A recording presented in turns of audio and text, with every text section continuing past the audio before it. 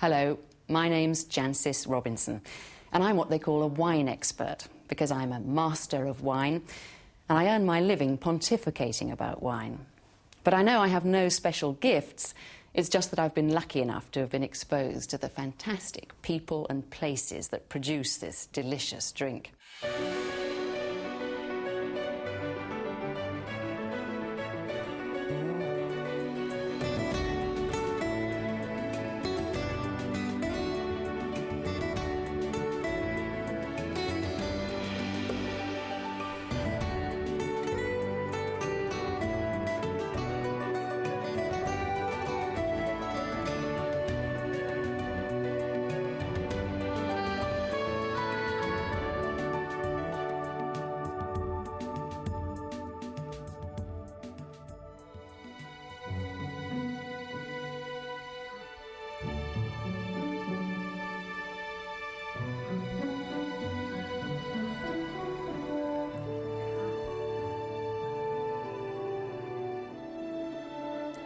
25 years ago at Oxford, Bill Clinton was walking out with a friend of mine and I was studying maths and philosophy.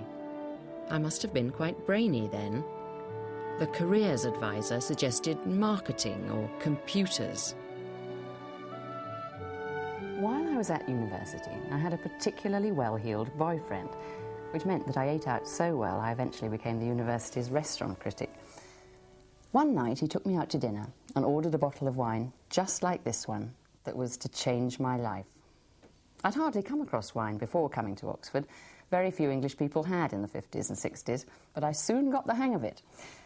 My very first sip of this red Burgundy, a Chambon Musigny Les Amoureuses, 1959, opened my eyes to the fact that wine can be so much more than just lubrication.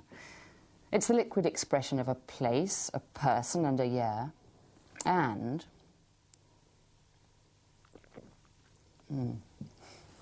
there's just the sheer thrill or thrills that truly great wine can give you.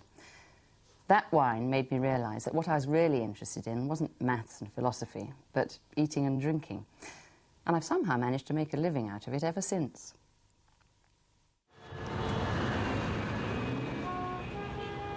This is a typical working day for me nowadays. As a wine writer based in London, I might set off straight after breakfast to taste 100 tough young reds. Turning pleasure into pain is an occupational hazard. As is this particularly nasty habit. Excuse me while I work.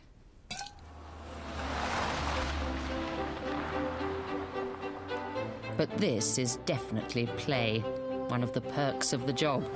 An invitation to a modest wine farm called Chateau Margaux in Bordeaux.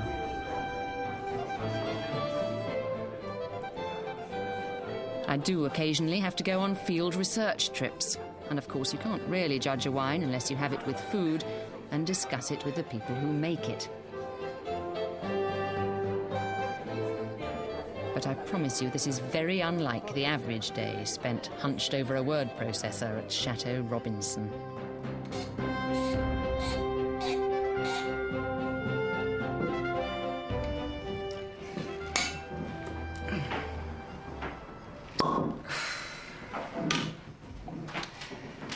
This is the bit of the working day I most look forward to.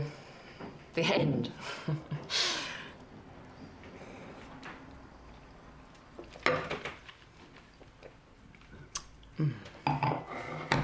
Even though my work may involve tasting 100 wines in a morning, I never get tired of this delicious drink. You know, wine is not a serious subject. Its point is to give pleasure. It's one of life's perks. It makes food and even people seem that little bit more scintillating. The trouble is, though, that we're all living in the shadow of a time when wine was something that only an elite drank, which means we still tend to think that only experts are allowed to know about it. Which is absolute rubbish. What you think about a wine is the only thing that need matter to you.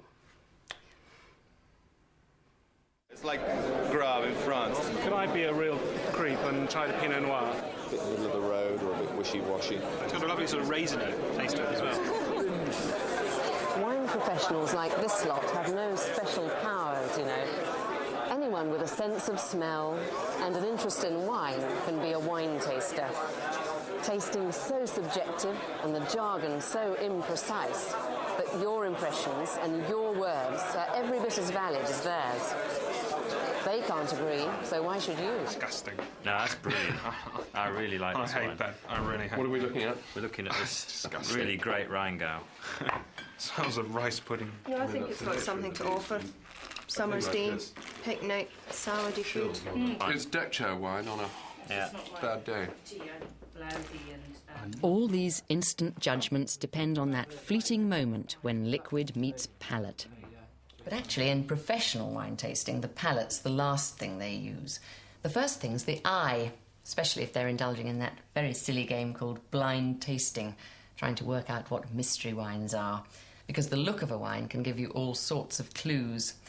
The browner a wine, whatever the colour, the older it is.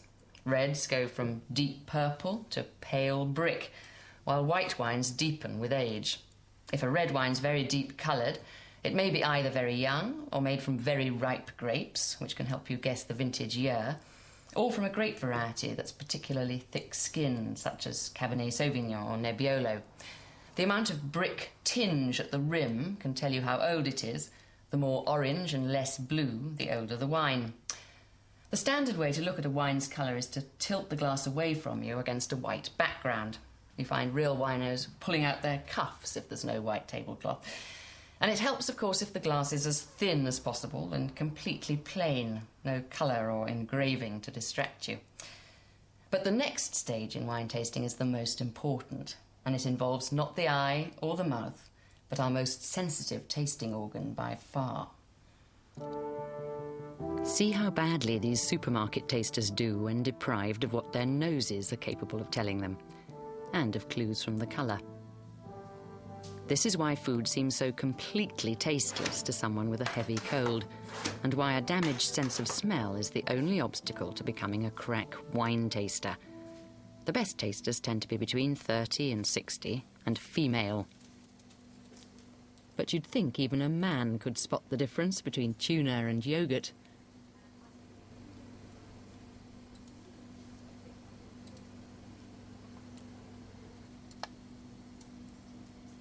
Wrong. Have a drink and tell me what you can taste.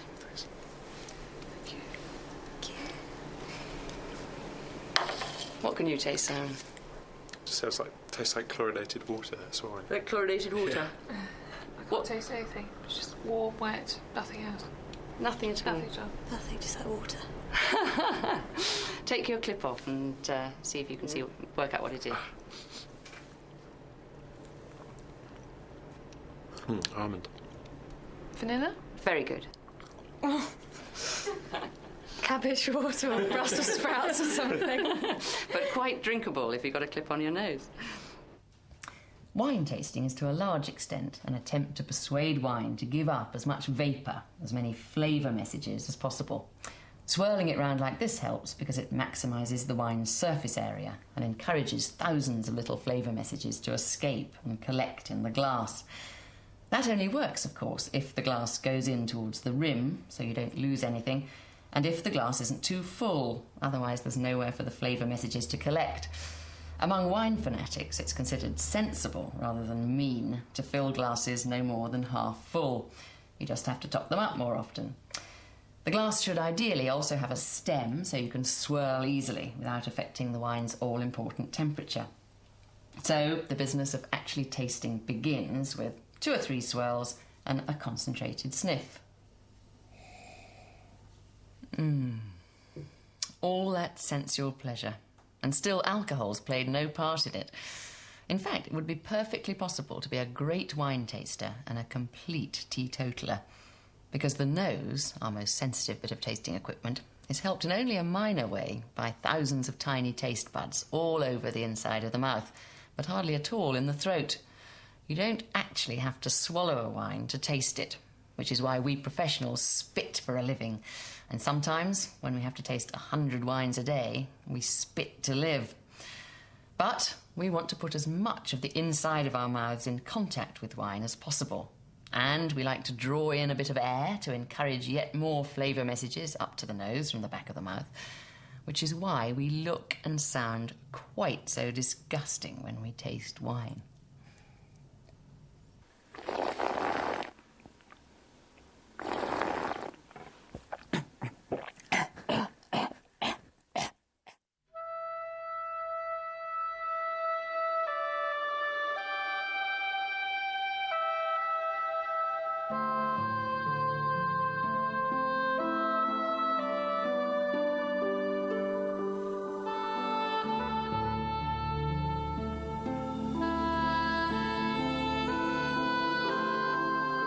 Behind every taste thrill and every wine label is a vineyard, almost invariably in some beautiful corner of the world, often following traditions that go back centuries.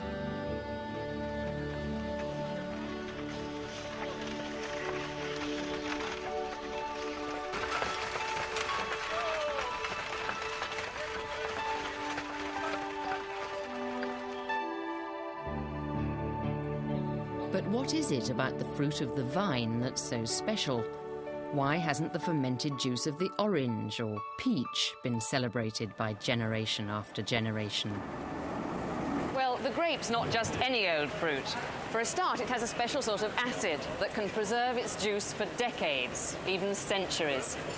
And it has much more sugar than most fruits, not to make sweet wine, but to make strong wine, because nearly all the sugar is going to be turned into alcohol.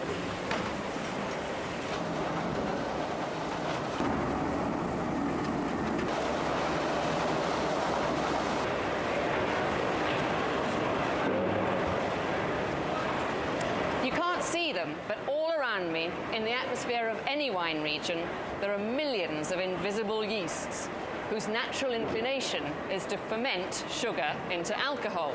The winemaker doesn't have to do a thing. Although lots of less traditional producers believe in adding their own yeasts because they're frightened of things they can't control.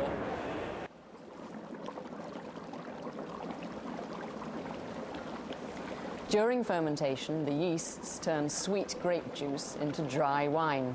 As the sugar level goes down, the alcohol level goes up, and lots of carbon dioxide is given off. So much so, in fact, that the atmosphere around here is quite heady with gas, grape smells, and alcohol. This, to me, is the smell of autumn.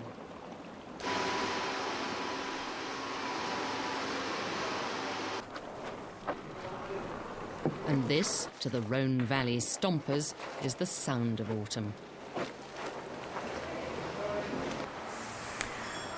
Twice a day, for more than a week, these guys have to risk falling into this lethal mixture. Why? Because what makes red wines red is the skins. All grapes are the same dull grey inside. But grape skins have the unfortunate habit of floating to the top of the fermentation vat.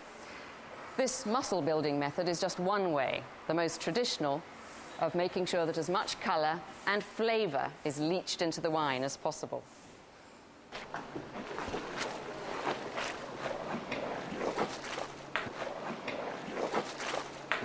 The pigeage, the stomping, looks terribly dangerous. Has nobody ever fallen in? No, usually, because firing people costs us a lot of money. When we want to fire somebody, we send them to the pigeage. No, seriously, no, it's not so dangerous, because the strength of the power of the carbonic gas, the power of pushing, is very hard.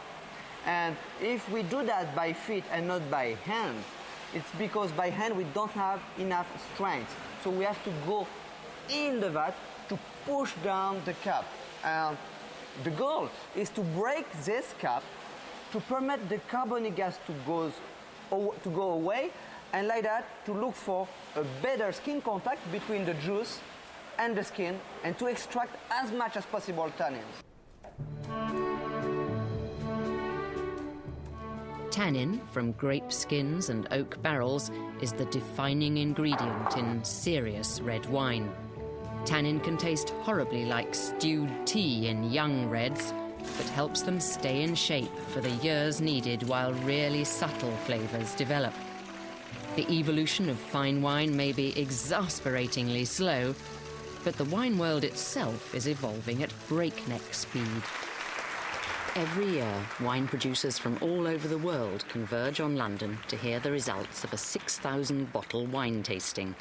This is the annual Wine Challenge Awards dinner, the Oscars of the wine trade. But these people are here not for the socialising or the meal. They're hungry for something else. Now, the wine makers of the year. If Ignacio Recabarren of Chile were to get the award he's dying for, it could double his sales overnight. If Peter Milan were to win a gong, it would be a real shot in the arm for the emerging wine industry of the new South Africa. They're all here, producers from the revered old world and the cocky new world, because this is where you get your name on the map. It was the 1994 Casablanca Sauvignon Blanc White Label, and would Ignacio Recabarren of Casablanca like to award? Competition in today's rapidly changing wine world is ferocious. New wines, whole new wine regions are emerging all the time, jockeying for orders from fewer and fewer retailers. What everyone here is hoping for is some millimetre of advantage over the person at the next table. For hundreds of thousands of ordinary wine producers who can't get into this room, who haven't even heard of the International Wine Challenge or any other wine competition, life is much more difficult. As a species, they're heading for extinction. Because paradoxically, even though more and more people care about the quality of wine, they're actually drinking less and less of it, with catastrophic results in the great wine-producing nations. Throughout southern Europe, and especially in France and Italy, the people who used to drink wine by the bucketful are dying off. In the last 30 years, the French have cut their wine consumption by half. Workers who would traditionally down a litre of rough red a day without batting an eyelid are being replaced by a generation which wants rather more from their wine than just liquid, alcohol and a few calories.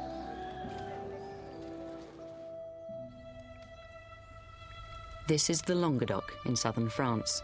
Planted a century ago to supply cheap wine to the industrial north, it's the world's biggest wine region, and scene of the most dramatic, even traumatic change of all. Louis Ballester is what most people would imagine when they think of a typical vigneron. In fact, he's never made a drop of wine in his life. All he does is grow grapes. But the world no longer needs Louis Ballester and his ilk, and his way of life is about to change irrevocably. Parce que j'y suis né d'abord, la vigne. Mon père était viticulteur et j'ai suivi sa trace, quoi, si vous voulez. Ma femme, dans le temps, disait, quand des fois on discutait, alors elle disait aux gens, mon mari a une maîtresse. Alors les gens étaient là, il a une maîtresse. Et oui, elle disait, c'est la vigne. Vous voyez. Et c'est vrai, c'est vrai. Je l'aime presque comme une femme, la vigne. Vous voyez. C'est ma vie. La vigne. Quand arrive le moment des vendanges, je passe la moitié de ma nuit à ne pas dormir, à penser est-ce qu'il va faire bon, est-ce qu'on va le rentrer comme il faut. C'est quand même, en plus, le travail de toute l'année, c'est le salaire de toute l'année, vous comprenez? Ballester and his neighbours grow tough old Carignan grapes, still 5 times more common in France than fashionable Chardonnay. They sell every one to the local co-op, and their main concern is to deliver as many of them as possible, never mind the quality. Bordeaux and Burgundy may be famous, but the French wine trade was based on vast quantities of the sort of vin extremely ordinaire, measured purely in terms of its strength, which once lubricated every household in the land. Real Frenchmen may or may not have eaten quiche, but they certainly didn't drink water.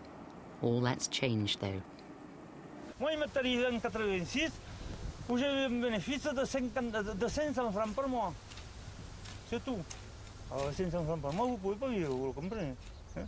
Heureusement que ma femme a travaillé, que j'avais le jardin, j'avais la volaille, on arrivait à subsister. Je dis bien à subsister, c'est vrai, hein, vous voyez. Parce que quand vous avez des emprunts à rembourser, tout ça est là, le crédit agricole, il faut que ça tombe. Quoique, si vous êtes trop embêté, ils sont quand même assez coulants, mais il faut payer quand même de toute manière, vous comprenez. Il y a des années, c'est difficile. Hein? This is no year in Provence, but a peasant's lifetime in the Languedoc, and less idyllic than it looks. Not just in France, but in Italy, Spain, Portugal and Greece, the big problem is that there are still thousands of small-time vine growers producing plonk that younger generations just aren't interested in. By the early 90s, a third of all French adults said they didn't drink wine at all.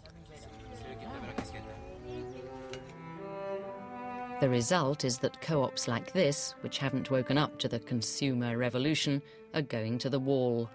Surplus wine ends up down the road at the rival establishment. Chateau d'Espair, an official distillery where Europe's wine lake is distilled into an alcohol lake. Some of it's used as industrial solvent, though it does nothing to solve the wine industry's problems. This does. Arrachage or vine pulling. All over Europe, people like Louis Ballester, who won't or can't make the leap to quality, are being paid to tear up their vines forever. L'arrachage pour moi c'est quelque chose de très triste parce que c'est la fin du vignoble de la région.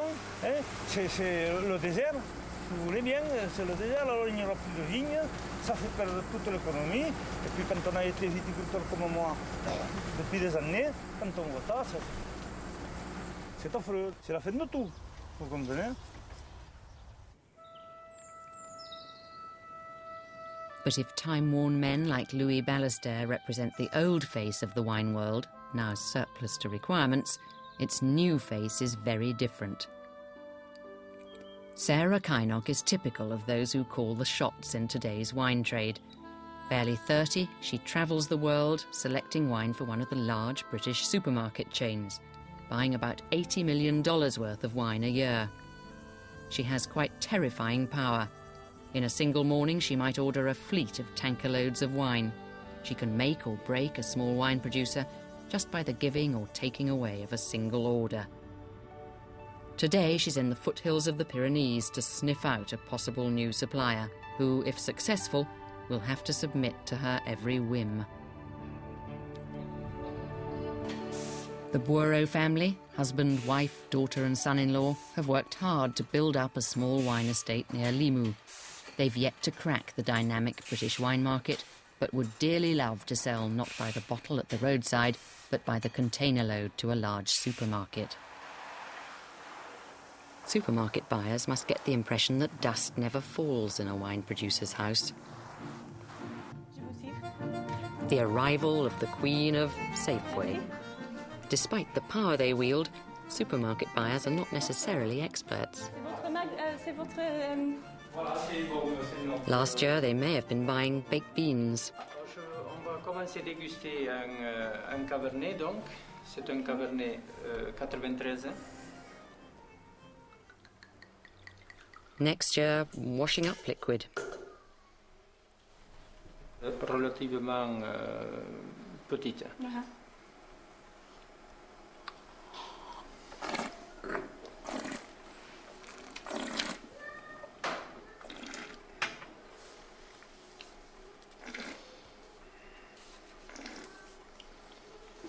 The most frustrating moment is when we're actually doing the tasting and they are fussing over the wine that's being poured. What I most like is to have the wine in front of me, to have the bottles behind the glasses, and to be able to taste one after the other and go up and down the line and just think about what's in the glasses, and to have someone saying, what do you think of it? And how, you know, do you like this one better than that one? And did you know that we did this to... That it's just so confusing.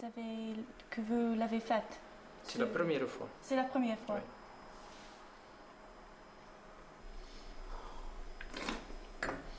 just to have those few moments when you're actually tasting the product, when it's silent and you can make notes, is good.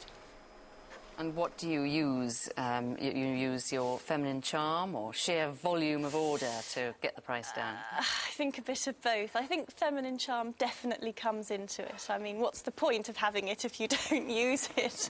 And also the volume. I mean, the volume is always a big carrot to a supplier.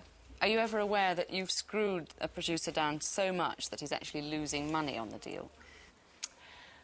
Somebody once told me that there is no such thing as the best deal, because whatever two people agree on will be okay for them.